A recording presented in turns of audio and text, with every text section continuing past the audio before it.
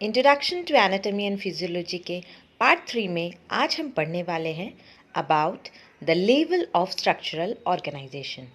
यानी आज हम पढ़ेंगे कि हमारे जो बॉडी है उसमें किस तरह से जो डिफरेंट स्ट्रक्चर्स हैं उनको ऑर्गेनाइज किया गया है और उनके लेवल क्या क्या है।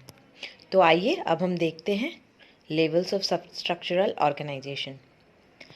तो जब हम बात करते हैं लेवल्स ऑफ स्ट्रक्चरल ऑर्गेनाइजेशन की, तो हमें ध्यान रखना है कि there are mainly 6 levels of structural organisation. हमारे बॉडी में 6 लेवल्स होती हैं जिसके थ्रू हमारा बॉडी कंप्लीट होता है। तो ये लेवल्स क्या क्या हैं? तो सबसे पहला जो लेवल है that is chemical level, then cellular level, tissue level, organ level, organ system level and organism level. तो सबसे पहले बात करेंगे केमिकल लेवल की।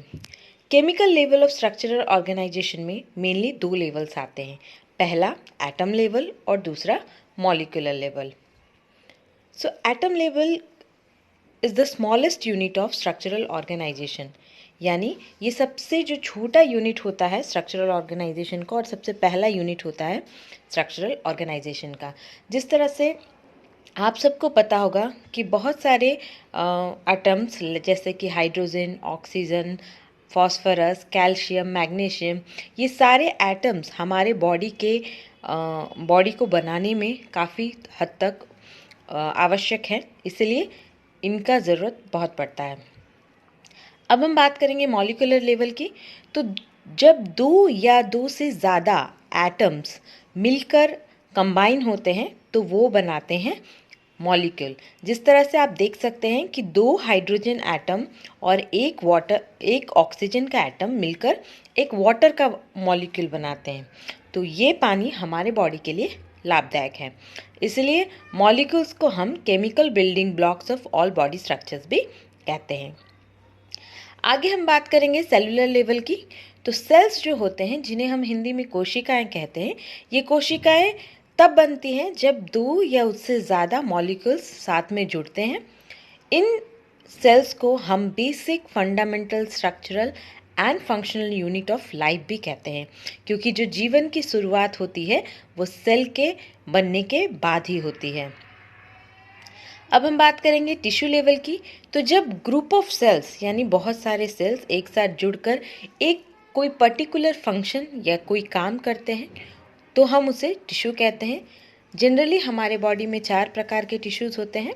पहला होता है कनेक्टिव टिश्यू, दूसरा एपिथेलियल टिश्यू, तीसरा muscle tissue and nervous tissue, जिसको हम आगे के चैप्टर्स में पढ़ेंगे। अब हम बात करते हैं ऑर्गन लेवल की। तो बहुत सारे टिश्यू जो एक जैसा फंक्शन करते हैं वो एक साथ जुड़कर एक ऑर्गन बनाते हैं और हर ऑर्गन का अपना एक स्पेसिफिक काम होता है। जिस तरह से बहुत सारे टिश्यूज़ मिलकर, कार्डियक टिश्यूज़ मिलकर क्या करते हैं, हार्ट को बनाते हैं। बहुत सारे टिश्यूज़ मिलकर लंग्स बनाते हैं। बहुत सारे टिश्यूज़ मिलकर अपनी किडनीज बनाते हैं। तो यही हर ऑर्गन का अपना अपना काम होता है। अब हम बात करेंगे ऑर्गन सिस्टम लेवल की। तो ऑर्गन सिस्टम मतलब होता है एक ऐसा सिस्टम जिसमें बहुत सारे ऑर्गन्स हो। जिस तरह से आप पिक्चर्स में देख सकते हैं कि अगर हम बात करते हैं नर्वस सिस्टम की, तो वहाँ पर ब्रेन, स्पाइनल कॉर्ड और नर्व्स, ये तीनों मिलकर ही हमारे नर्वस सिस्टम को बनाते हैं।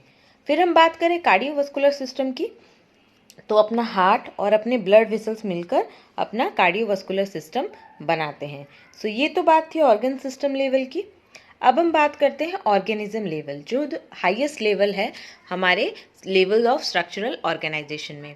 सो ऑर्गेनिज्म लेवल वो लेवल होता है जहाँ पर सारे cells, tissues, organs and organ system मिलकर पूरे बॉडी के लाइफ को और उसके हेल्थ को मेंटेन करने के लिए हेल्प करेंगे और एक इंडिविजुअल को हेल्दी रखेंगे, तो हम उसे ऑर्गेनिज्म लेवल कहते हैं।